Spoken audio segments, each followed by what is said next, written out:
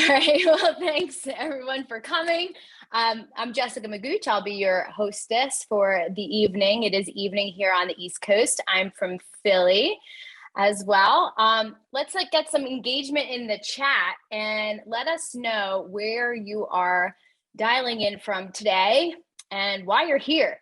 And that could be something like, I'm here because I would like to learn blank. It would be really helpful for us to make sure we get you the right content for today and make it valuable for everybody.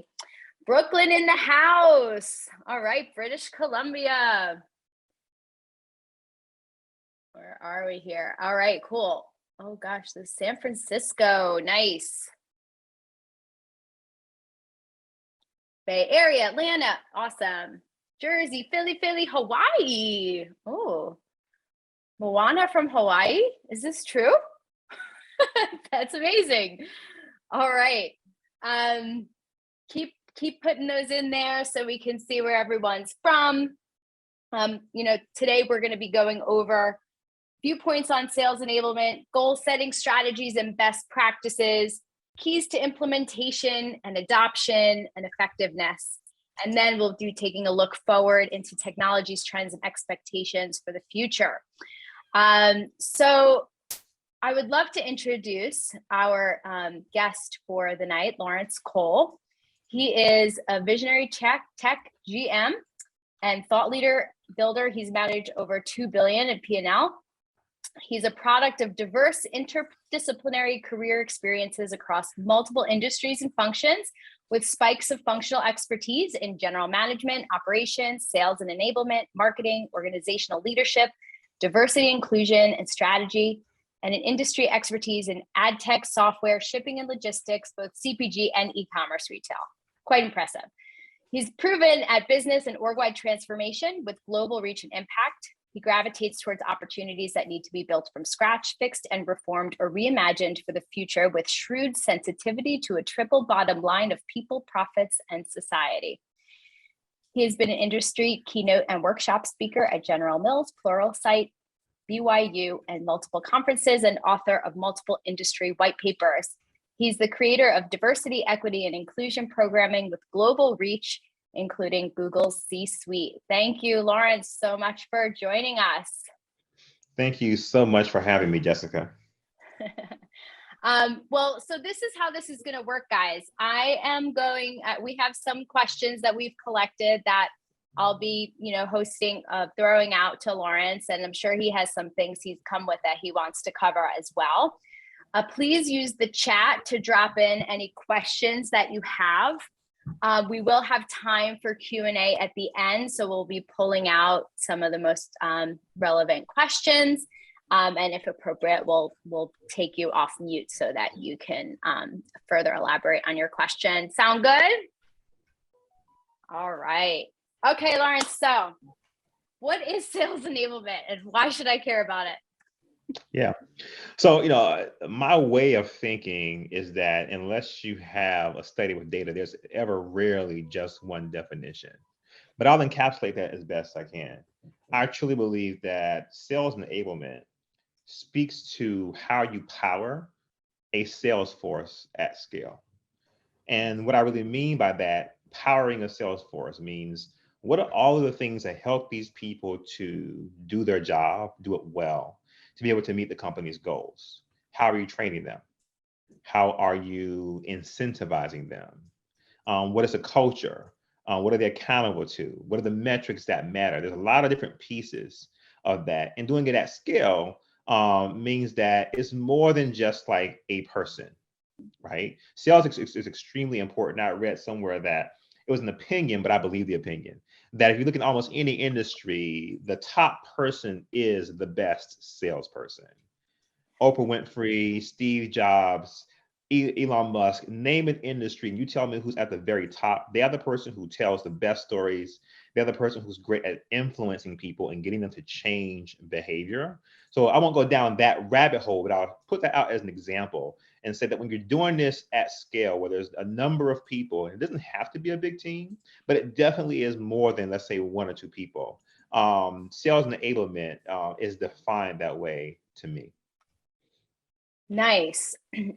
So you had mentioned that you gave a little bit of your spin on what is sales, influencing people and getting them to change. So sales enablement is then, you know, further supporting that mission to help salespeople better do that. Is that a summary of Absolutely. what you? And it's critical. I mean, one of the things that a friend and mentor told me years ago, and just like a peek into the story of how I even got into sales. I was an engineer that had gotten laid off of my first job. And a Okay. woman that I respect to this day told me, look, if you ever want to run a company, you should learn how to sell something. Because in capitalism, nothing happens in business until a sale is made. And so I've just never forgotten that. Nice. So very important part of the organization. My definition, you know, I describe companies as there's sales and then everyone else that supports sales. Might be biased. That is true in some companies, and that's a learning I've had over the years. It's really important to understand what is at the forefront of your company's strategy.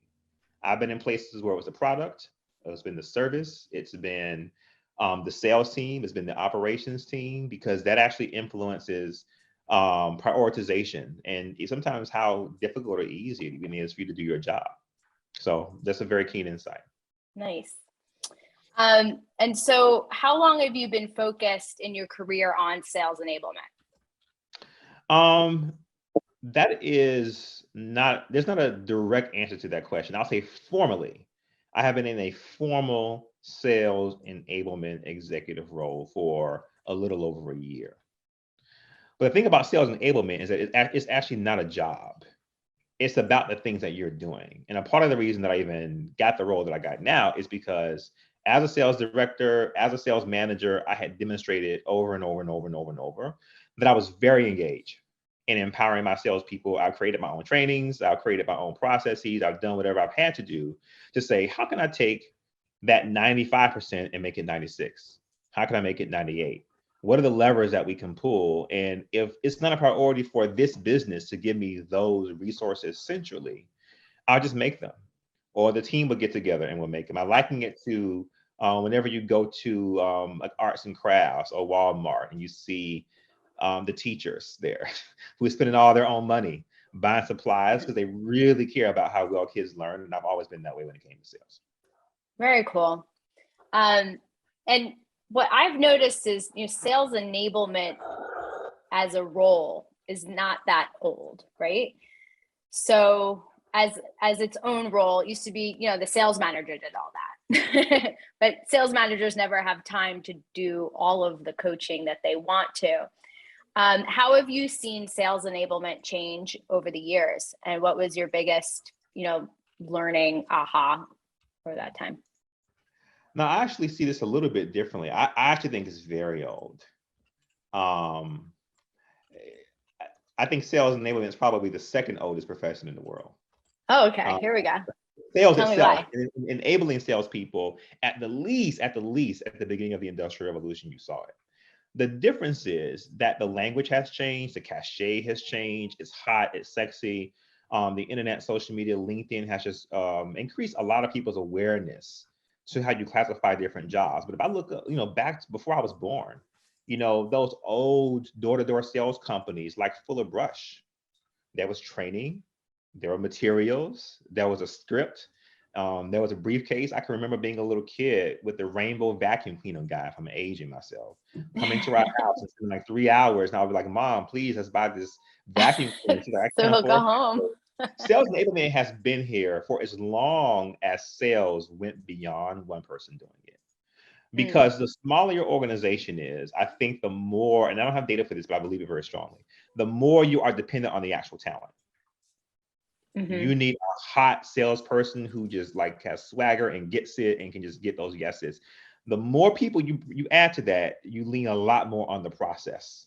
One thing that one of my mentors within Google always, repeated to me is that no matter what you're doing, you always start with your strategy first, then your structure, and then you put the people into it. And so depending on how you answer those questions, sales enablement can look very different at different places, but I do believe that it's been around for a long time. It wasn't called that. When I was a salesperson, it was called sales operations, but it probably Right. before that was like a formal job. And there may have been a time when managers, I do think over the time, to your point, it's gone more so from a manager-driven function to a central function. But there's no way if you're on a door-to-door sales company that a manager can do everything you need if you're flying across the country trying to sell Bibles. What did you start selling, by the way? What was your first sales job? Oh gosh, telemarketing. Cool. Yeah, my All very right. first sales So I job got to was, put in our time. well, I mean, maybe not, right? So I'll say this. I'm thankful for my path because I have had the opportunity to work in a lot of different types of sales organizations that I didn't always appreciate. I didn't always like them and think they were the sexiest company. But that has given me a great deal of perspective where I understand that there isn't just one way to do things. It really just depends on what you're optimizing for. So when I first started selling, I didn't want to sell. I didn't have a job, and all engineers are out of jobs because the dot-com bomb had burst. I worked at an internet company. I was brand new, and then 9/11 happened a few months later. So everyone was out of a job, and they were hiring. I went from telemarketing to insurance sales, which is cold calling, leads, small business owners, and I went from insurance to corporate sales.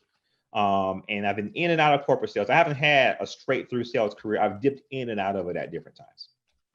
Nice. Okay. So what are the top 3 elements that must be in a sales enablement program?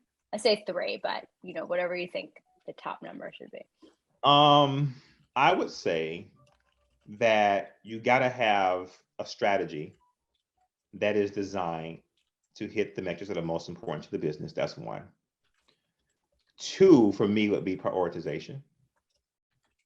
Not all things are important. And to be honest, that was always a hard one for me to learn because I'm very engaged and I like to do a lot of things. And I tend to lean towards wanting to boil the ocean and having to really hold myself back and say, you know what are just the 2 things that we're going to focus on this year that are more important than anything else? And the third thing, as I would say, is actually alignment. Alignment, not even training, because, and the alignment piece, I think matters more in larger organizations. In an organization that's a little bit smaller, I might flip that and say training. But if you think about what I was saying before and my definition for what sales enablement is, I talked about incentives. That's finance and HR. I talked about training. That's L&D. I talked about selling itself. Then there's the technology. There's the CRM. That is very cross-functional in nature. And if you don't have complete alignment, you will fail, no matter how good the strategy is, no matter how good your salespeople are. And the bigger you get, the more ground you try to cover, different markets, different products, it just becomes more of a cluster as you add more things if that alignment is not in place. So, and for a large organization, I would almost say alignment is number 1. If you can align on everyone saying one sentence that's really, really, really good about one product, that is more powerful than people being off and doing whatever they want to do. Nice. Okay. So alignment is super important across all boards. And then how do you, well, I was going to say, how do you measure your success? But maybe I should ask first, how do you define your success? So that goes back to the structure I talked about earlier. Success depends on the strategy. So here's one of the tricky things about sales enablement. Sales to me, I remember when I was in a job where I was running marketing and operations at a software brand. One of my biggest irritations was being in product meetings. And like, I respect everyone's opinion. People definitely have things that they can add to the table. But like the engineers and product guys are always trying to tell me about, some marketing campaign they saw on YouTube and how we should be. Like, some jobs are jobs that everyone thinks that they can do because it is deceivingly simple.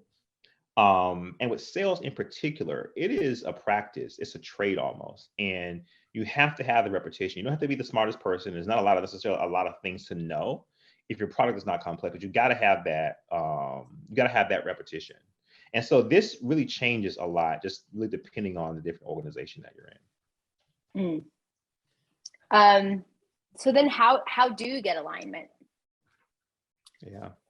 With those different departments and like many things in sales enablement, one thing I think if I've learned one thing running sales enablement for an extremely large and scale business is that nothing is concrete.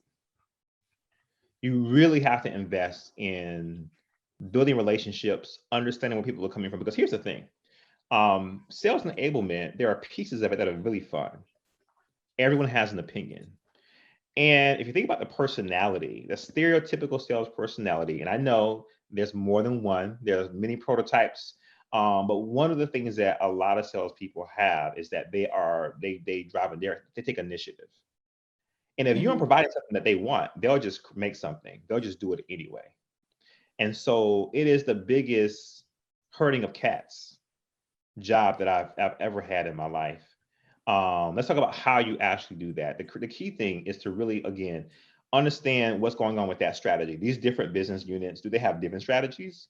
Are they aligned on strategy? That's the really key thing, because if you think about or try to tap into what is most important to the senior leaders and what are they trying to drive, and how are you providing them what they need to drive that? Because this is also kind of a multi-step negotiation where over time you're building trust, and what you want is people who trust you implicitly to make them good Mhm. at this. In the beginning, no one's going to give you that. You have to get wins on the board and show them that what you're doing works.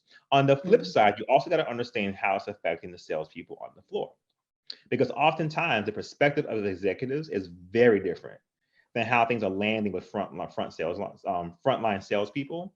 And I Mhm. believe that the magic in driving alignment for sales enablement is really understanding both, bringing those two together, and making sure that everyone is in the boat, and also being able to allow each person to have some level of co-ownership, and not each person, but each major decision maker, so that they feel like they help to create it. Because you try to give them something, especially sales leaders that are confident and hard driving A types, they would just look at what you have and reject it and do their own thing. Never happened to anybody here before, right? In the Never. chat. And I've never done it. I've never been guilty of it Or ever, been guilty of doing especially at so. Google. um, so let's talk about, we have a lot of different size business owners and businesses with us today.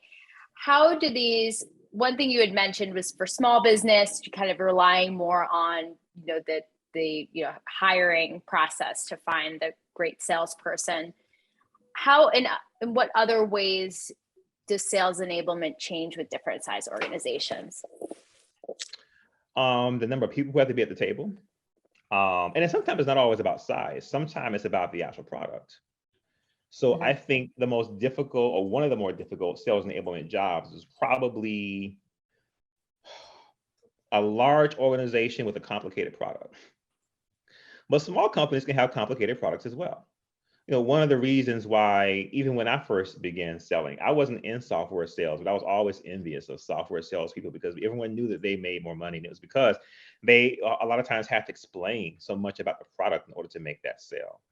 And so Mhm. size is an important factor, but it is only one part of a matrix of a number of different factors that will determine where you end up landing. There are some large organizations that have a very simple sale that they can teach fairly easily and send people out to do, and it's just about getting repetition. And there's others that are necessarily not that big, but if you're selling nuclear reactors, if you're selling one of Elon Musk's space missions, that's just a very different, more complicated sale. And you have also, one of those other factors is your customer and their level of sophistication, because ultimately that is the target. That's who you're trying to convince and influence. You want them to whip out a PO or whip out a Visa or an Amex and buy something. And you have to really understand what is it that they're looking for.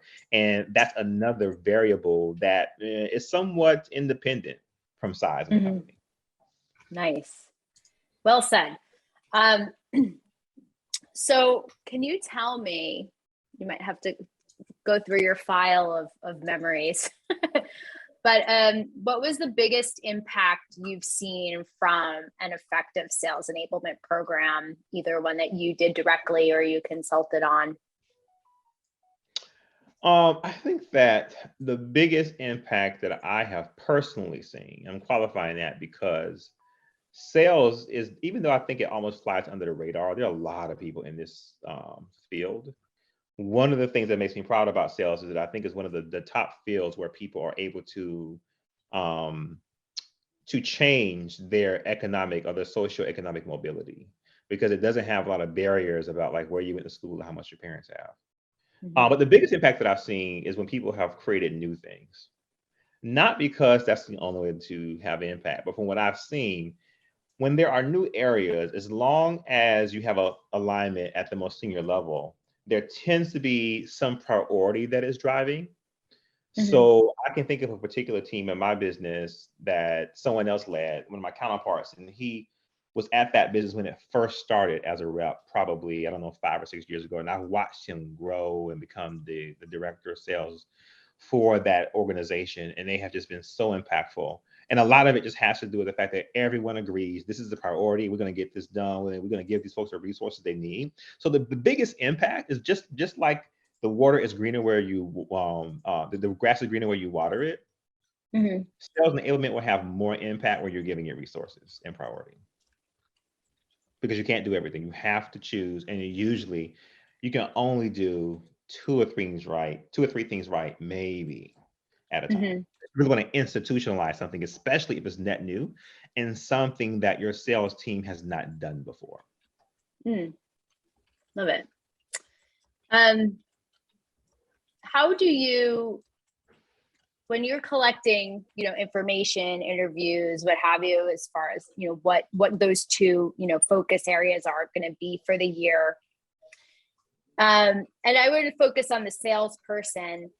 How do you know what complaints to do something about and which complaints should not be done something about? How do you, because I guess there's a lot of sales leaders on the line. They hear a lot of stuff from salespeople, how things need to be different.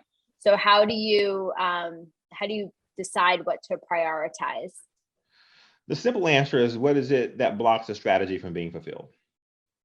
But with that being said, there's actually, if I'm really being truthful, there's a lot of personal opinion here. I mean, there's some people that care a lot about process and pipeline. There's some people who care all about training. Some people care all about fun. And a lot of it has to do with the sales manager, no matter how big a company is. What we find at Google is that most people see the company through the lens of their immediate managers, and there's research out there that I think corroborates with that. Mhm. And so a lot of it depends on the personal leanings of that manager, especially if your accountability model is a little bit lax and allows them more freedom. And that's why managers are so critically important. I would rather have a team of rock star managers and just average talent salespeople than the other way around, Mm. because they are the primary lever that you can really get a lot done if you can get them aligned, skilled, and marching in lockstep with the same accountability measures, the same conversation, the same method for coaching. You can do so much when you get the manager piece right. We have a saying, old Italian grandma saying that the fish stinks from the head down. Yeah, I concur. So if there's a problem with the morale of the sales team, then look towards the management to see Yeah. where that might be coming from, all the way up the line, right? Well, yeah, I'm glad you said all the way, because one of the traps that I have seen, and this is everywhere I've ever been. This is a human problem as I've experienced it. And that is, a lot of times with senior leaders in any system, you have to realize that the people at the top of that system are the ones who've benefited the most from the status quo. And that can be a challenge for change. Because if Ashley is sitting, she's the kingpin, the queen pin of the entire global operation. You're like, we're gonna make all these changes. She's like, it worked for me. It can be very Mm. hard, right, to drive that. And what tends to happen when there are problems, senior leaders often push the focus of accountability down to middle and frontline management. It's a very slippery slope. It happens in every company I've ever been in, and you really have to be vigilant. Mm. Um, and so checks and balances is a big part of this as well. Mm. So let me ask that question then. When it comes to diversity, equity, and inclusion, where does that get married with sales enablement? Like, how can we use sales enablement to fulfill those missions? Where do they come together, and how can we do better? So the biggest ways where you see that intersecting is in two big areas from a sales enablement standpoint.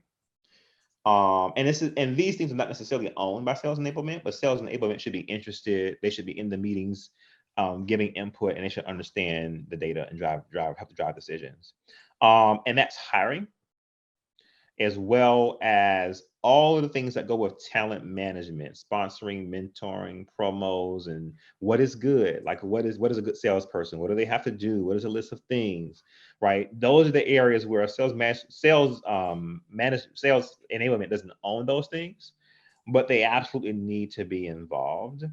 The unfortunate and hardest thing about the DEI thing is that no matter who you're trying to focus on to help, it is a very personal thing. And after having done DEI at a fairly high level at different times at Google, sometimes I lean into it. Sometimes I'm just too busy with my day job. But from what I have seen, um, you have to actually give up the idea that you're going to get everyone to see something one way. You have to understand what your priorities are, lay your strategy out, work with the willing, and make sure that you have people in power who can drive change and tell a compelling story, tell people why it benefits them. No matter what it is, we live in a competitive world of limited resources, no matter who you're trying to help. You can try to help dogs, and someone's going to be like, "Hey, well, if the dog gets that way, what do I get?" And so that's just that takes, and I would not recommend that in sales enablement team really take on DEI because it's too big of a stinky fish to deal with. And there's too many other things that you will die as a sales enablement team if you don't get right. You're too busy. You have to focus on how are we impacting who we're hiring and how they're moving through the system and be very loud there and really work with HR. And most important, the actual functional leaders in the business, every individual manager and every individual director, VP. And so even though I don't think it's a sales enablement category, but if you can influence training, if you have any power to influence training, any power to influence accountability, the metrics that matter, how we're measuring it, like that's where I would request or recommend that a sales enablement team have made suggestions, but don't take it on. It is someone else's job, and you don't have time to solve that. Gotcha. Thank you. It's everyone's job in terms of the people who are in your organization.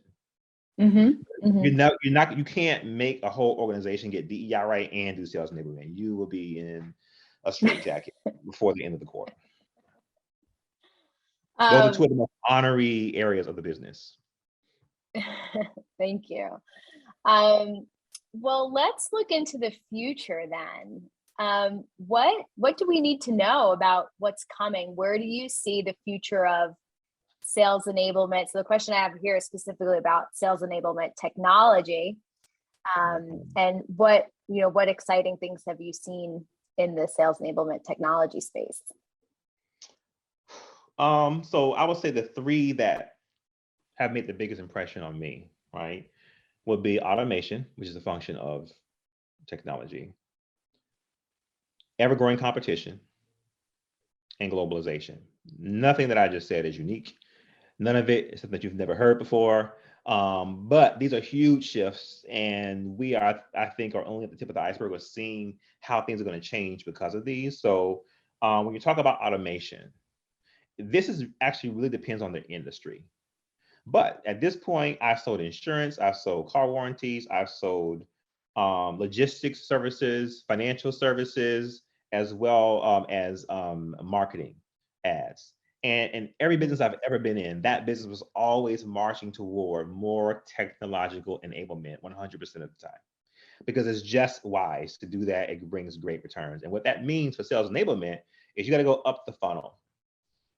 And people can't just go just like talking about the product and having their hand out for a sale. They really got to understand if it's B2B, people's businesses, if it's B2C, the customer's core problem, and really be able to engage them from their perspective and how they're going to solve that problem, not sell and push a product. Because a lot of these products and services are doing more and more for customers on their own. And you actually don't need salespeople to explain as much of it, depending on what it is. So I think that automation is a big piece of it. I would also say that starting a business is easier than it ever has been. Barriers of entry are low, low, low, low, low, low. I mean, I was someone who, I guess, a bit of a dinosaur in terms of an online digital marketing hobbyist. I used to like build websites in the late 90s in college. And I can remember that, there are services that now you can sign up and pay, $30 a month, $15 a month for a SaaS software But before, if you didn't have $10,000 and an engineer to implement it for you with your own servers, you couldn't have it. Mm-hmm. And so the barriers are so low that everyone's getting in. No one's business is unique. It's all about execution. And that's why sales, you see it rising up. People are talking about it more because it's becoming what you need to differentiate your people. When I was selling logistics, one of the things I realized looking back is what made that such a sales forward organization is that our product was the exact same as our main competitor. Our prices were the exact same. The only differences that would differentiate us were the service level and our salespeople. And so we had to lean in there. And then globalization, because you're not just competing with folks in Albuquerque or Miami, you're competing with Singapore, you're competing with India as they rise, you're competing with Ghana as they rise, and they want the same dollars that you want. And you also see that a lot of the big markets, if companies have done well here or wherever they are, and they want to grow, they got to look to other markets to get that growth. And every country is not the same in terms of what it means to do business there and the laws. And so those are the three things that I think are on the horizon that every sales enablement team should be looking at and action against them based on what the priority is in that business and in that business's strategy. Cool. So let's dig in a little to automation, because any of us with a LinkedIn account are getting a lot of DMs about the latest sales tech tool that can help us do our jobs better. You don't have to name names if you don't want to, but what kind of tools do you rely on to better enable your sales teams? There's really only one that I've seen Okay. outside of the thing that I've been super impressed by. I won't name it. However, I'll say this. Most of what's out there is useless if you don't have the brilliant basics. And there are very few sales teams, especially teams that have not been selling for like decades, that has the brilliant basics down. What are My the company is brilliant a wonderful basics? company. What are the brilliant basics? Prospecting, pitching, negotiating, closing, getting the check. My company is an amazing company to do sales for. I don't think we have it down. And it has a lot more to do with our origin story and coming out of tech, where the tech industry typically hired people who already knew how to do the job, like engineers. So training was never a big part of those cultures in the way that Xerox has that as a part of their culture. Right. And so that's kind of being built out now by people who've never experienced what good looked like in a lot of different tech companies. That's happening all over the world. So, you know, those brilliant basics, I think what you also see happening, there's so much money in it for the companies, and if they're public, the stock, that you have people, those same folks who 20 years ago would never do sales, right? I would never sell. I would never be a salesperson. A lot of those people are like, hey, I'm a senior executive now. I want to run a sales team. Nice. I want to drive the revenue. I want those commissions, right? And so you have a lot of that happening. And so you have an environment where you have even less of a propensity to really have those brilliant basics down. And I'll tell you a quick story that I think of when I'm talking about this. I'm not just talking about other people. I've been there as well. When I was very, very, very young, like right out of college, I spent a little bit of my time in a network marketing company. That was actually the first time it wasn't telemarketing. That was the first time I ever sold anything, was network marketing. And I remember this guy who was very young, who was about my age, and he was making some pretty good money. And I was like, hey, would you help me with my business? I want to learn how to do it as well as you do it. And we talked. He's like, I really like you. You're a nice person, but you know what I've realized? I'm not sure if you're ever going to get to the top of this company. And he said, you're a nice guy, but you're very like bookie, schooly type person. And from what I have seen, people who do really good in this business, they're hustlers. Like they weren't necessarily, it's not that they're not smart, but like what they lean into is more so the woo and the swagger and not the academics of it. And so what you see happening, especially a lot of these big prestigious companies, a lot of these people who have a very academic way of looking at business have gotten into sales teams and they're messing it up because it is not that complicated. If you are spending years getting basic sales skills in place, you have the wrong people making some of those decisions. Yeah, for sure.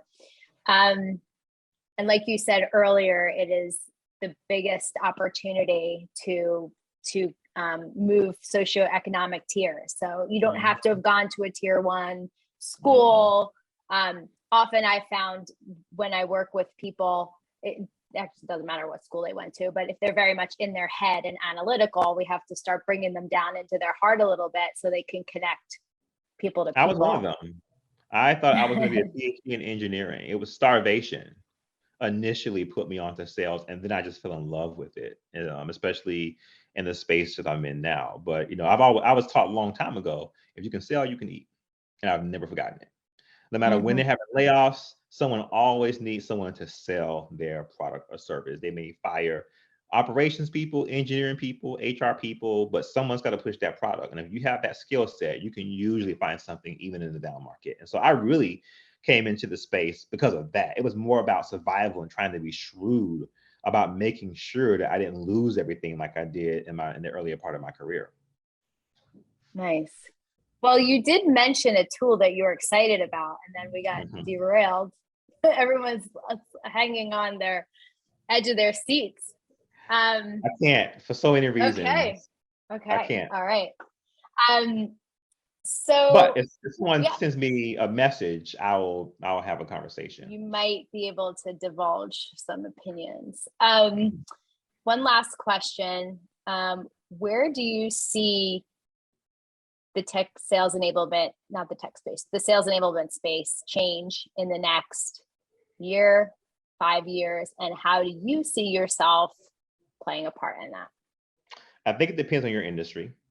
And when you look back at those 3 factors I talked about earlier, globalization, automation, and competition, it depends on how quickly those are coming to eclipse the status quo at a given company. There are some companies that if they don't make a change within a year or so, they're dead. There are other companies that are just fat on the revenue and they're aware of it and they're having very intellectual conversations about it, but not a lot is changing and nothing's making them change, but that won't always be the case. So again, I think the most important thing to have in terms of being a sales enablement leader is flexibility. You have to balance having structure because you have to be able to communicate a simple message. And I haven't always done that well, to be honest. I'm a very verbose person who likes to do public speaking and tell long stories, but you have to be able to tell a very clear message in order to do that well. But across different companies, across different industries, it's going to be very different, and you have to have that flexibility to understand how those are affecting your market. And you need to be in a space where you're having consistent conversations with the executives that drive strategy. And in every business, that's different. Sometimes an executive team drives it. And my company, we have these massive central teams of like ex-McKinsey partners and people who tend to drive that stuff. And so you really got to figure out like who is developing, who is deciding on priorities, who is developing strategy, who is creating the things that and making decisions about everyone else is going to have to do. And that's where you got to play. And there's no one playbook for that. Nice. Well, we're going to move into some Q&A. Are you ready to take the hot seat for a little more? I love the engagement. All right. Well, it has been moving in the chat here. So I'm going to go in order, and hopefully I think we'll have enough time for everything that's come in so far. Joshua asks, Lawrence, is cold calling dead?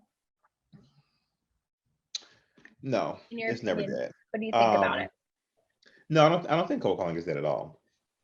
I just think it's changed a lot. At the end of the day, not every company has the luxury to have an existing book of business and the brand that their customers know about. I mean, my first insurance sales job, I had to walk in the door of a business to someone who did not know me while they were operating their business. And I had a very specific script that I had to get out in 30 seconds and hope they didn't kick me out. That is not the same that it was in 2001, but it hasn't completely gone away because you will always have a company who is in that position. They don't have a big name. No one knows who they are. And those can sometimes be some of the most exciting companies to be a part of, especially if you have a lot of energy and you're more entrepreneurial. But if you're the business owner, that's why I say you need to hire people who've done it before. The fewer people you have to bet on, the less error you have the ability to make it. So you really can't really focus that much on training. You want experts who've done it. And a lot of times, in some sales jobs I've been in, way back in the day, you got to already have prospects, a list of prospects on your own to call. And that's old school, but it hasn't really changed. If anything, I think a lot of newer companies are trying to use technology to get around it, and they're failing. You cannot win the game without selling something, period. You cannot code your way around it, market your way around it, email your way around it, video your way around it. If you have a complex product, especially if it's B2B, someone's got to be telling that story and explaining things that are not going to be apparent just from looking at it, and especially if it's a larger ticket item. When I notice resistance in selling like that, I remind the salespeople that we need to do it this way as long as we're selling human to human. But one day when we're selling to AI, then maybe AI can do the job better than us. But for now, we still have a job. For sure. And to me, that's just one of those slivers of perspective that is important and changes depending on your company, your industry, and where you see that going. And so I think when I was on sales teams as a frontline salesperson, sales operations people usually were like operations people who were trying to like get salespeople to do something off of a spreadsheet, or they were former sellers who were trying to learn how to use spreadsheets. And today you really have to be a business strategist, and you really got to understand how to get the priorities right. Because a lot of the tools in technology are making it easier for you to execute. And a lot of times it's not so much about like a magic product. It's really, what is the accountability that you have around the product, right? At the end of the Right. day, like for instance, when I was selling, every quarter I talked to every customer. There's no software. I mean, we had CRM that like tracked what I was doing, and I had to actually put in what I was saying. So the CRM was homemade. It was in-house. But the important part was there was accountability. I knew every day someone could see where I said that I had been, what did I say, what tools I use, I had to attach it, and they can look at the history. And the next person who got that account after me could see everything that happened with that account. So I think the accountability is more important than the actual tool. And I would encourage people to not get too jazzed out about tools. It's always about the basics in sales. And that boils down to simplicity, structure, and accountability. Nice. Okay. So, where does the actual customer fit into all this strategy? At the end of the day, I mean, they have the golden egg. They are always the target of strategy, and all the strategy does. I'm putting a caveat here. I love strategy, but I don't consider myself a strategy expert. I do work with a lot of strategy experts, and I try to sit next to them and let their expertise rub off on me. But at the end of the day, all strategy does is help you to prioritize how to choose the right customers and make sure that you're focusing on engaging them to influence their behavior, their buying behavior, so that they purchase what you have. That if it's any strategy that's doing that, it has failed. And it is the only thing that strategy should be focused on doing. Nice. Well said. How is everyone changing their sales process with the industry shortages due to supply chain issues? Again, it depends on industry. I think some industries are more dependent on supply chains than others. So I spent most of my time as a salesperson selling logistics for UPS, and that is an incredibly logistics dependent company. Although I will say one of the reasons why they're still around after, I don't know what it is now, 120 years, is because they really invested in technology that runs it on the back end. And that's really what powers that particular business. So I see, again, a lot of different responses to this. I'll give you an example. When I was selling there, one of the things that people were afraid of is what was going to happen, because we were at the time delivering all of Amazon's products and services or products. And that was the case until fairly recently. But I'm a avid Amazon shopper who hates to leave the house, to my wife's chagrin. And I cannot remember the last time a UPS truck dropped off an Amazon package at my house. So what you see is companies that are able to achieve scale, taking everything in-house to drive more efficiencies. But this isn't a problem for everybody. I mean, this is like typically large multinational conglomerates. I think for other folks, it's really just about how do I survive? How do I eat? Was that my only supplier? And I think that again, for smaller companies, this stuff is important, but you really got to dig more into the operation of what's happening every day. And you got to know it. I don't care if you're the CEO, the founder, you have to know what is happening every day because you're so exposed when something goes wrong or someone drops a ball. So thinking from a strategic perspective, like what are the backup plans that you have in place? If something happens in your supply chain, do you have different options at every point in the chain? Because when I worked at UPS, if something happened with one supply lane, there was a whole process in place where a semi truck could drive from Des Moines to Abilene and make sure those packages got there. And so it really is about thinking about it from that standpoint. Nice. So Patrick would like to know, how often do you audit for friction in the sales process to improve it? I would say that in our business, that is not a core competency that we've developed. And I actually think it's very easy to overlook in general. I think a lot of sales teams don't really do this at all, or don't do it as much as they should. Now, a lot of it does get solved organically, right? Because when things break, right, it presents problems that people have to solve. But when I hear that question, I'm not sure who asked it, but what I'm thinking about is you are really looking at every point on that value chain and understanding from an operations standpoint, where are the efficiencies, what's broken, where can we be better, and how are we optimizing that all the way along. There are very few folks that do that. You're doing good enough for people to respond to salespeople who are complaining about training not being good. So that's my perspective based on what I've seen, but it may be very different in other places. Again, it depends on the industry. Patrick, you can chime in and let me know. Did you mean friction from the buyer's perspective of the buying process, or the sales process for the salespeople, how hard it is to do their job? Well, yeah, I guess I was just more thinking about, I feel like that's where in a small business where I look at like a win-loss audit or something where you say, or where the sales team is complaining the most. I think it's sort of what Lawrence was saying, which I would agree with, where like when a problem arises, you squash it. So yeah, I think he answered it just fine.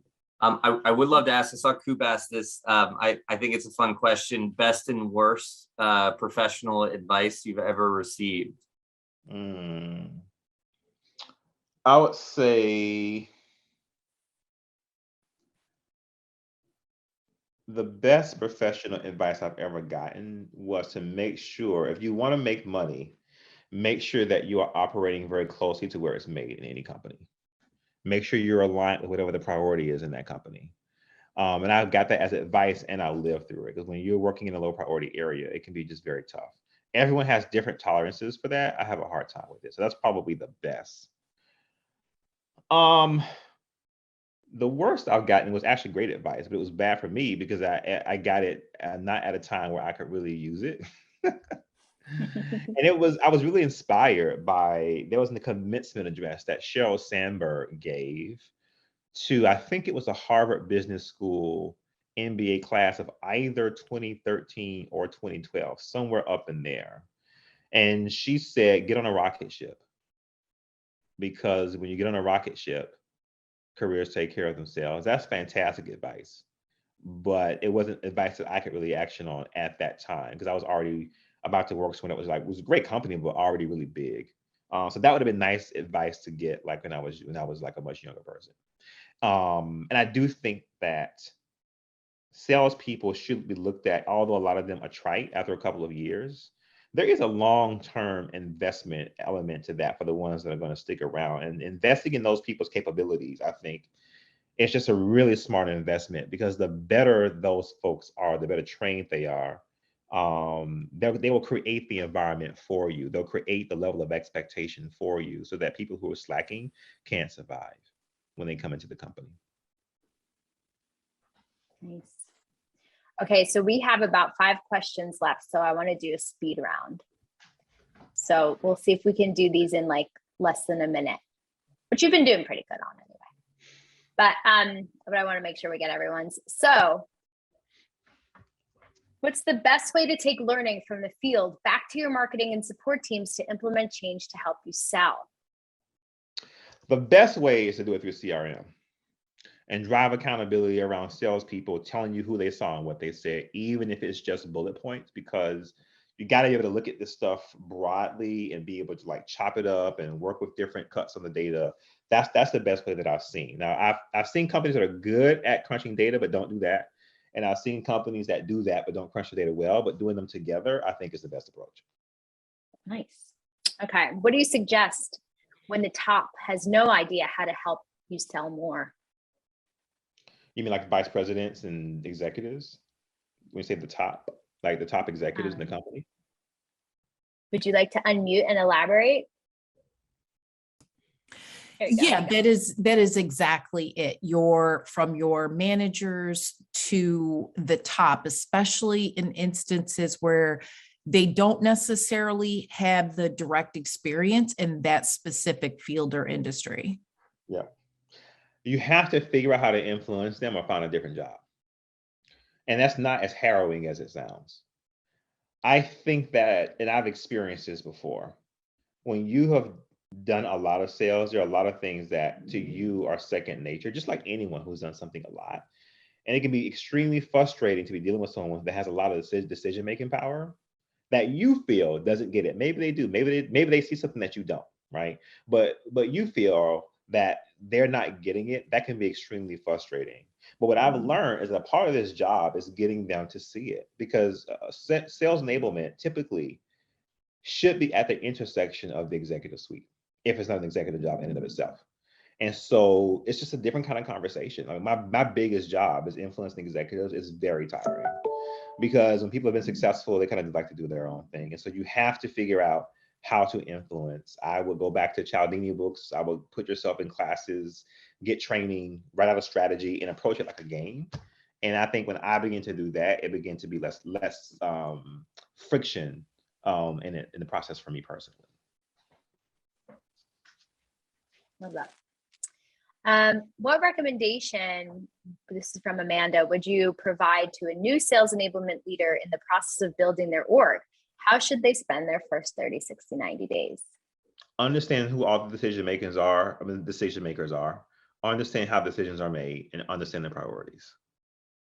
Spend 90 days doing that, and check again and check again and check again, and make a deck and send it out and let people look at it, and then change it, and then send it out again. And then like, you really got to nail that, because that is the foundation that everything is on top of. Once you do that and things start to land really well and you begin to build that credibility, you can fly. But if it doesn't go well, you're going to have a very hard road to go. And as trust wanes, almost the worst people to deal with are people who don't know what good looks like, because they can't even see that, oh, like this is actually not so bad. We just need to do this differently. They may just throw the whole thing out, or believe that we're going to do something else over here that they don't have any expertise in, but they're like pulling at straws to make it work. Okay. In your experience, this is from James, what is the common trait you see in the best salespeople, and what drives Tenacity them? and grit. That's it. If you got that, you can sell eventually. It may take you longer. Everyone does not have a silver tongue. Some companies, a lot of old school companies, sad to say, but they were very much into like way people looked and dressed. It depends on who you're working for, but ultimately, at the end of the day, the grittiest people always end up winning. In this game. Probably in life, in sales. It's not about smarts, because sales is simple. The more you try to over intellectualize it, you're screwing up the whole thing. You're just messing up the pasta. Messing up the what? The pasta? The pasta. I like that. Well, the fish stinks from the head down, and don't mess up with the pasta, right? I'm trying to riff off of you and keep it going. I like the theme. I know. I heard the fish reference earlier too. Well, thank you so much. The chat is blowing up with thank yous and thanks for bang having bang me. And boom boom and amens. Thank you so much for joining us, Lawrence. Yes, I see the applauses emojis coming up. This might be the first meeting I ever ended on time, so I'm gonna give myself a pat on the back for that. Thank you all for joining us. Please check out Lawrence on LinkedIn. And thank you for joining us tonight. Happy Thanksgiving.